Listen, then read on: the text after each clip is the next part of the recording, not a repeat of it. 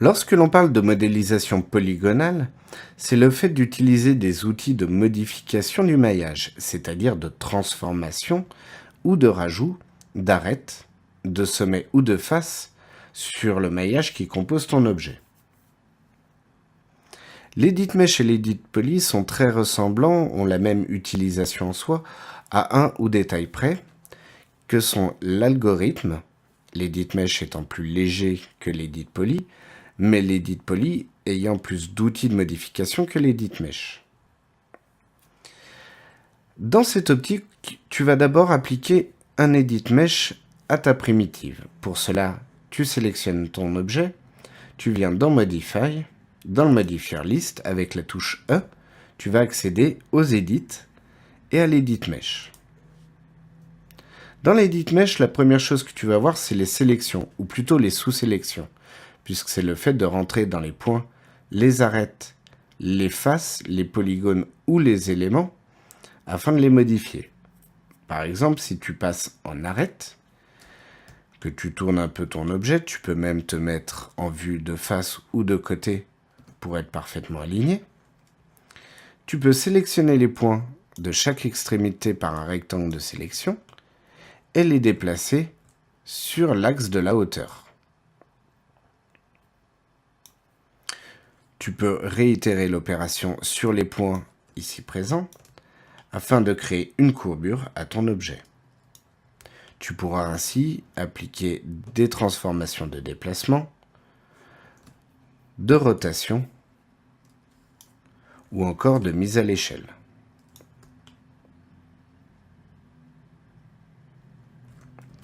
Ce ne sont pas les seuls outils de transformation qui existent dans l'Edit Mesh.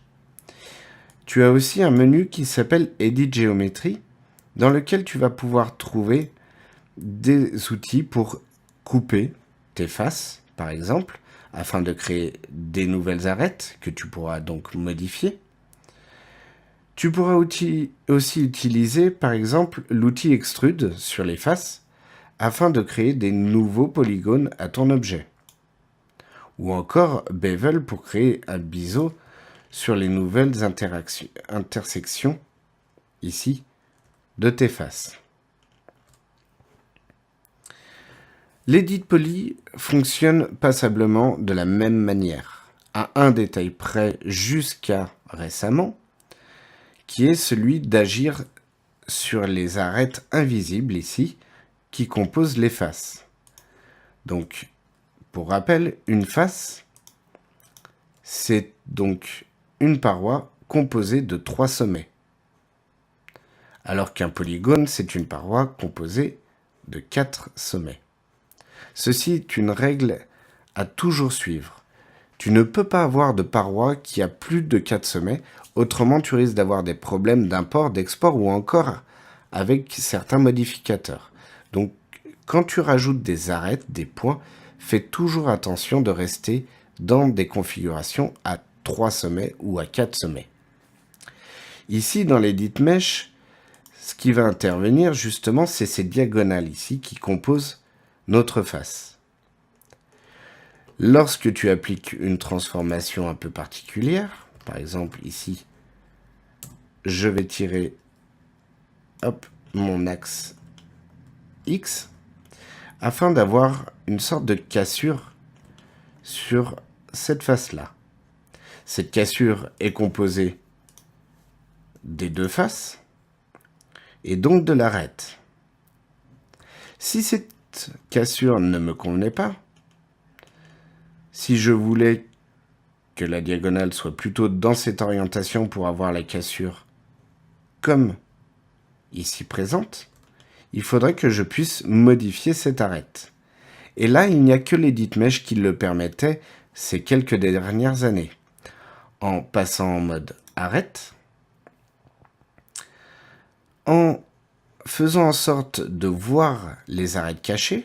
Pour cela, on fait un clic droit sur l'objet Objet propriété. Et dans Display propriété, on décoche Edge Only. À ce moment-là, les diagonales apparaissent. Et avec l'outil qui se trouve dans l'Edit Geometry, l'outil Turn, tu peux modifier l'orientation de ta diagonale, modifiant ainsi la topologie et la compréhension de la transformation de ce sommet. Alors ceci était vrai jusqu'à il y a à peu près 2-3 ans, puisque maintenant l'outil Turn a été rajouté à l'Edit Poly, rendant un peu inutile l'Edit Mesh. Donc pour cela, tu vas enlever l'Edit Mesh de ton objet primitif en cliquant ici sur la poubelle. Pour travailler l'Edit Poly, rouvre d'abord ta scène contenant les plans de référence de ta voiture. Tu vas te servir de ces images pour recréer la carlingue de la voiture grâce à l'Edit Poly. Pour ça, tu vas devoir passer d'une vue à l'autre, c'est-à-dire de la vue de côté à la vue de face, afin de faire correspondre ta forme aux deux images. Alors tu peux rester sur une vue agrandie et utiliser les touches F et L pour front et left, ou en utilisant ici en bas à gauche la configuration du viewport, en cliquant sur la petite flèche, tu peux passer à un affichage 4 fenêtres. Ainsi, tu as front, left et la vue de dessus. Alors pour le moment, chez moi, je suis en wireframe sur les 3 vues qui viennent d'apparaître.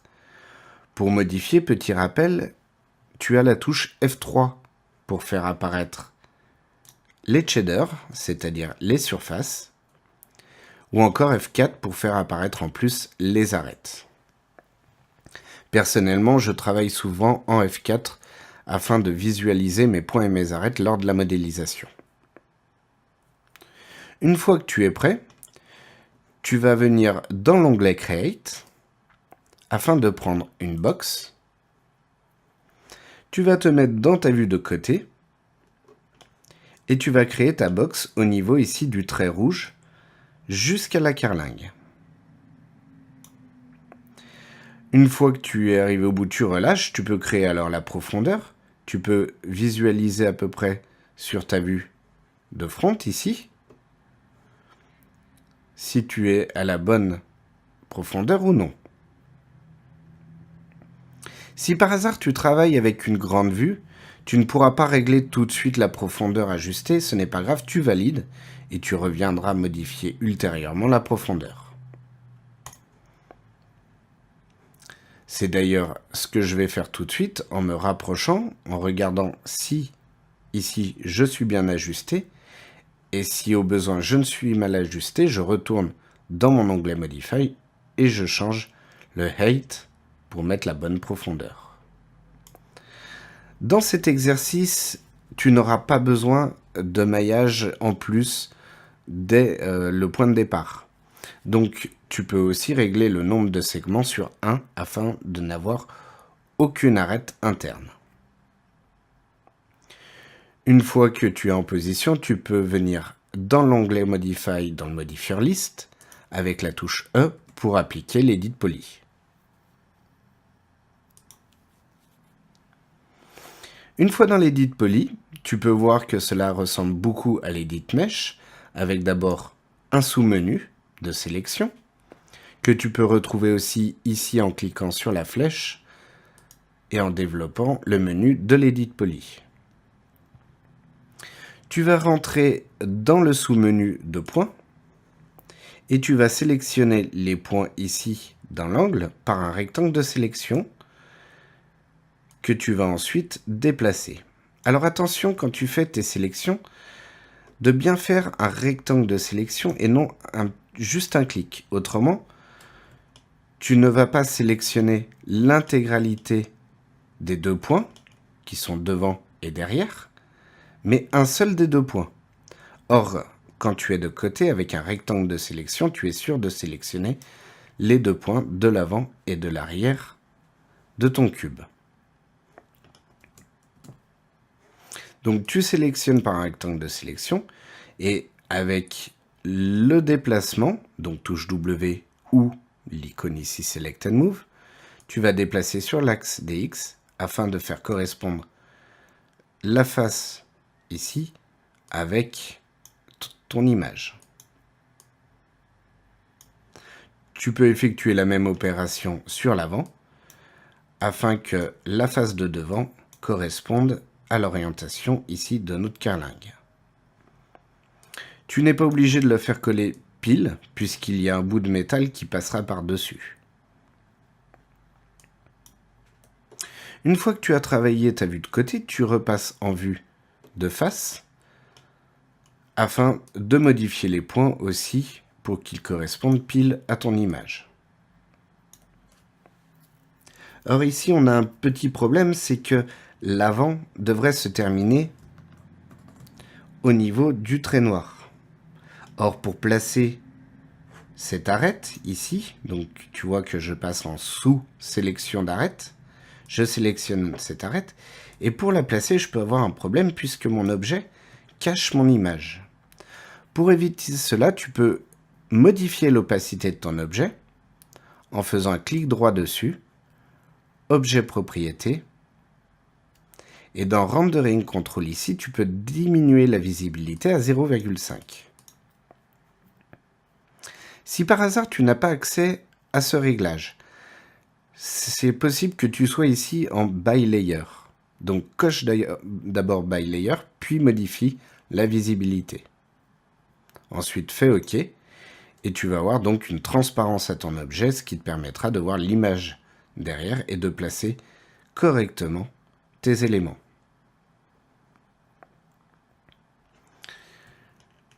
Une fois que tu as correctement placé tes différents éléments, tu vas changer de sous-menu pour passer en face. Et on va utiliser un outil très fréquemment utilisé, l'extrusion. Tu vas créer en fait l'arrondi qu'il y a au-dessus ici, en rajoutant des polygones que tu en plus mettras en place pour t'ajuster à ton image. Donc pour commencer, tu vas sélectionner le polygone du dessus de ton cube, descendre dans l'Edit Polygone, dans le menu de ton tableau de commande, et utiliser l'extrusion ou le bevel. Alors pourquoi je dis « ou » ?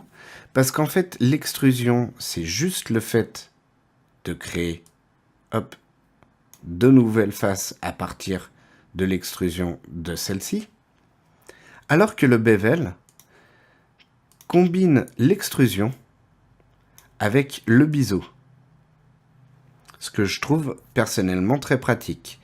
Donc je n'utilise jamais quasiment l'extrude, mais toujours le bevel, soit avec une valeur dans le biseau, soit en mettant 0 dans le biseau, et là c'est équivalent à un extrude normal. Donc, une fois que tu as sélectionné ton objet, ta face plutôt, tu viens dans l'Edit Poly, tu utilises ici le setting du biseau afin de lui donner une valeur d'extrusion. Mais tu vois qu'ici, je n'ai pas de référent, donc bien se placer dans la vue de côté afin de visualiser ce que tu es en train de modifier. Tu vas t'arrêter à peu près à la moitié de l'arrondi. Tu n'es pas obligé de mettre de biseau pour le coup. Tu valides. Et tu peux repasser en vertex, donc en point, afin de sélectionner les points de devant et venir les placer avec une transformation de déplacement, ou encore l'arrière pour l'ajuster à ton image. Ici, tu peux voir que je ne vois pas mes arêtes, je vais faire F4 pour les rendre visibles. Une fois que tu as fait le premier étage, tu peux recommencer en prenant polygone, toujours en vue de côté, et en faisant une nouvelle extrusion. Tu valides, puis tu viens replacer les points de l'avant et de l'arrière pour t'ajuster à la forme de ta voiture. Alors ici, tu as la vue de côté qui est réglée, mais si tu passes en vue de face, tu es toujours sur un cube. Donc, tu vas venir sélectionner tes points pour les placer correctement par rapport à ton image. Attention, l'arête ici correspond à l'arrondi noir. Donc, le haut de notre voiture va correspondre ici à la carlingue en gris. Celui-ci, juste avant le trait noir. Tu peux sélectionner ensuite les 2 points à gauche, les ramener un peu et les diminuer pour créer l'arrondi. Comme ceci.